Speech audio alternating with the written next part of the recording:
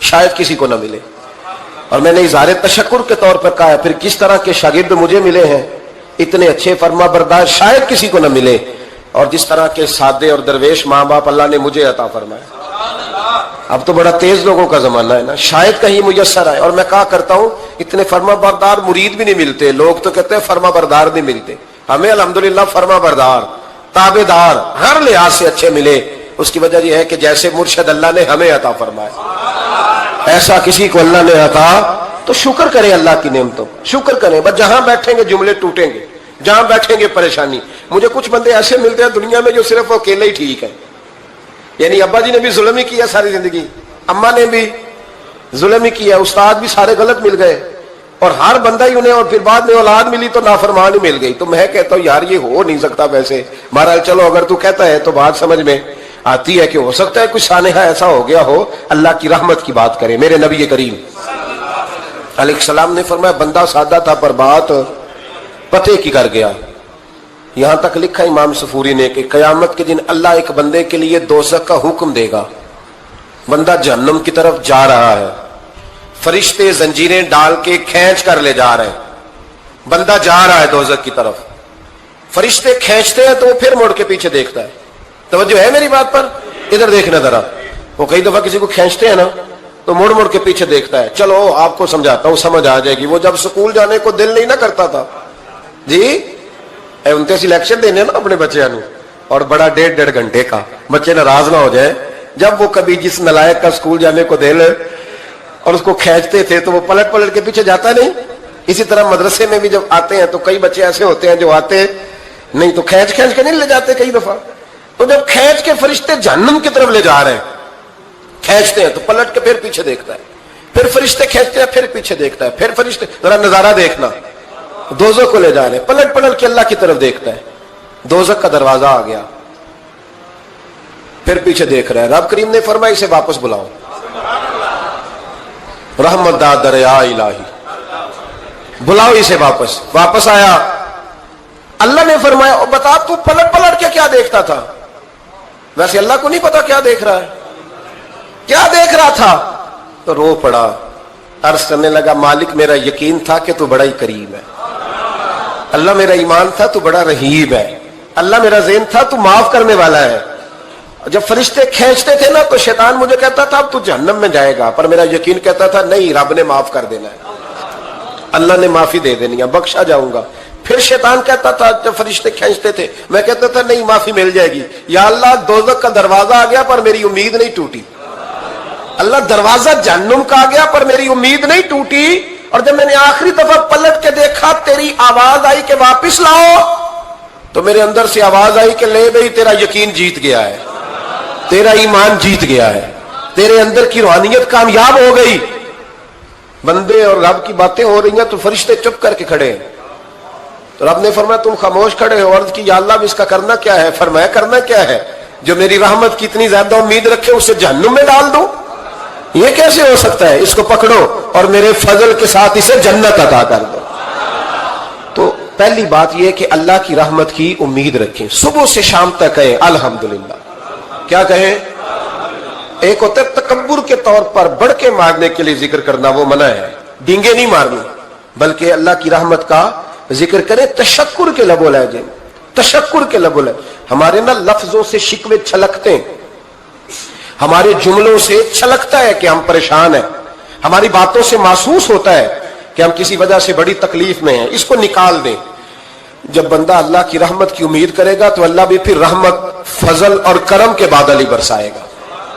دوسری بات ہمارے بزرگوں نے لکھی ہے, اگر اللہ کے قرب کا رستہ طے کرنا ہے تو وہ اس طرح ملے گا کہ اللہ کے ہر فیصلے پہ راضی ہو جاؤ.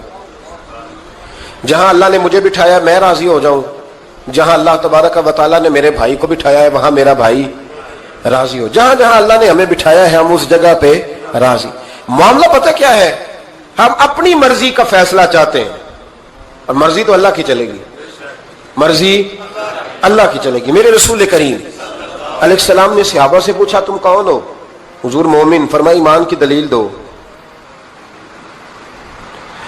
یہ بات مجھ سے کو پوچھے تو شاید میں جھگڑا کروں کہ ایمان کی دلیل. حضور نے فرمایا کون ہو؟ یا رسول اللہ مومن. فرمایا دلیل دو. حضور دلیل ہے ہمارے پاس. دو یا رسول اللہ، اللہ نعمت دیتا ہے تو ہم شکر ادا کرتے ہیں، مصیبت ڈالے تو صبر کرتے ہیں، اور جو فیصلہ اللہ ہمارے حق میں کر دے ہم اس پر راضی رہتے ہیں۔ میرے محبوب کا چہرہ خوشی سے کھل اٹھا، فرمایا تمہیں مبارک ہو، تم تو واقعی بڑے پکے مومن ہو، تم مومن ہو، اگر اللہ کے فیصلوں پہ راضی رہتے ہو تو پھر تم۔ حضور فرماتے ہیں کچھ لوگوں کو اللہ قیامت میں بغیر حساب کتاب جنت میں داخل کرے گا، فرشتے پوچھیں گے پل صراط سے ہوا ہے، وہ کہیں گے دیکھی نہیں، میزان عمل تلوائے، وہ کہیں گے دیکھا ہی نہیں، کیسے آ گئے تو کہیں گے خدا کے فضل سے آ گئے، فرشتے پوچھیں گے تمہارا عمل کیا تھا، وہ کہیں گے کچھ بھی نہیں، عام لوگوں کی طرح نماز پڑھتے تھے، روزہ رکھتے تھے، حج فرض ہوا تو کیا، زکوٰۃ اگر ہمارے اوپر لاگو ہوئی تو دی، عام روٹین کے معاملات، تو فرمایا اتنی بڑی فضیلت کے بغیر حساب کتاب جنت، کوئی تو وجہ ہوگی۔ تو بندے عرض کریں گے وجہ ایک ہی تھی کہ رب جو ہمارے حق میں فیصلہ کرتا تھا ہم اس پر راضی ہو جایا کرتے، ہمیں کوئی شکوہ اس پر رہتا۔ علامہ ڈاکٹر محمد اقبال رحمت اللہ علیہ، توجہ ہے میری بات پر، ادھر دیکھنا ذرا میری طرف، اللہ آپ کو خوش رکھے۔ کچھ لوگ نا جی کہتے ہیں ڈاکٹر اقبال نے داڑھی کیوں نہیں رکھی تھی، تو یہ غلطی کی علامہ اقبال نے، رکھنی چاہیے تھی انہیں۔ ناراض ہو گئے آپ لوگ، جو جس کی غلطی ہے وہ اس کی، یہ غلطی ہو گئی ان سے، انہوں نے نہیں ٹھیک کیا۔ اب اقبال کے داڑھی نہ رکھنے سے کیا سنت کی مخالفت پر اسے ڈگری دی جائے گی؟ وہ میں ہی کیوں نہ ہوں، جو کام خلاف سنت ہے وہ بہرحال۔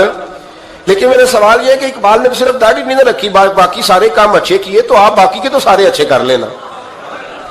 اقبال نے جو کام کیا، جو دین کا درد دیا، جو پیغام دیا، جو جدوجہد کی، اس کو تو سمجھ لو نا۔ مطلب صرف داڑھی پہ آ کے دلیل پکڑتے ہو۔ علامہ اقبال نے مکان بھی نہیں بنایا اپنا، کتنا بڑا آدمی ہے، کوئی جائیداد ہے اس کی، تسی بھی چھوڑو مکان سارے۔ اقبال وہ دیکھیں نا، بابے بلے شاہ کی لوگ مثال دے دیں گے، بابا صاحب مجذوب آدمی تھے، تو بابا صاحب کے حصے میں تو کئی مربع زمین آتی تھی، وہ بھی انہوں نے نہیں لی۔ ہمارا ملنگ روٹی کا اس کو پتا ہے، نوٹوں کا بھی پتا ہے کہ 5000 والا کون سا ہے، 100 والا کون سا ہے، باقی ٹائم وہ بابا بلے شاہ بن جاتا ہے۔ یہ کون سا سٹائل ہے کہ مرضی کی چیز آئی تو قابو کر لی؟ تو ڈاکٹر اقبال نے یہ درست کیا، لیکن اس کے باوجود ہمارا نظریہ ہے کہ اللہ اس کی یہ خطا معاف کرائے گا، پر بندہ بڑا باکمال تھا، یہ بڑی خوبی تھی، اور اس میں بھی کچھ حکمت ہوگی، کچھ باتیں ایسی انہوں نے لکھی ہیں بعض جگہوں پہ، لیکن اقبال کی جو معرفت ہے، جو حسن ہے، جو وقار ہے ان کے لب و لہجے میں، اس کا انکار کیا جا سکتا نہیں۔ لیکن اس کو ہم ڈیفینڈ بھی نہیں کرتے، جو کسی میں کوئی کمزوری ہے وہ بہرحال اس کی ہو۔ ایک سوال بڑا اٹھتا تھا، لوگ کہتے تھے کہ آپ روز داڑھی کی بات بھی کرتے ہیں اور علامہ اقبال کی بات بھی کرتے ہیں، تو میں نے آج اس کی وضاحت کر دی، بات کی سمجھ آ گئی آپ حضرات؟ علامہ اقبال نے ایک بات لکھی ہے، اقبال کہتے ہیں جب میں لندن میں وکالت کرتا تھا تو ایک خاتون تھی، لیڈی بارنس اس کا نام تھا، چھوٹے موٹے مقدمات لے کے وہ میرے پاس آتی تھی، بی بی ایک ہوٹل چلایا کرتی تھی، اس کا خامند جو تھا وہ فوج میں ملازم تھا۔ اقبال نے خود لکھا ہے، اقبال فرماتے ہیں کہ ایک دن وہ خاتون پھر کسی کیس کے سلسلے میں میرے پاس آئی، تو جب وہ آئی تو اس نے نقاب اوڑھا ہوا تھا، برقع کیا ہوا تھا، تو چونکہ اس نے نقاب اوڑھا تھا مسلمانوں کی نشانی تھی۔ نقاب اوڑھنا کن کی نشانی ہے؟ اللہ آپ کو خوش رکھے۔ تو کہتے ہیں وہ نشانی چونکہ اہل اسلام کی تھی تو مجھے تجسس ہوا، میں نے کہا لیڈی خیریت ہے، میم صاحب بھائی یہ برقع پہنا ہوا ہے؟ تو کہنے لگی ہنس کے، اقبال مجھے پکا یقین تھا کہ آپ ضرور پوچھیں گے۔ تو میں نے کہا اچھا تو یہ برقع؟ تو کہنے لگی الحمدللہ میں مسلمان ہو گئی۔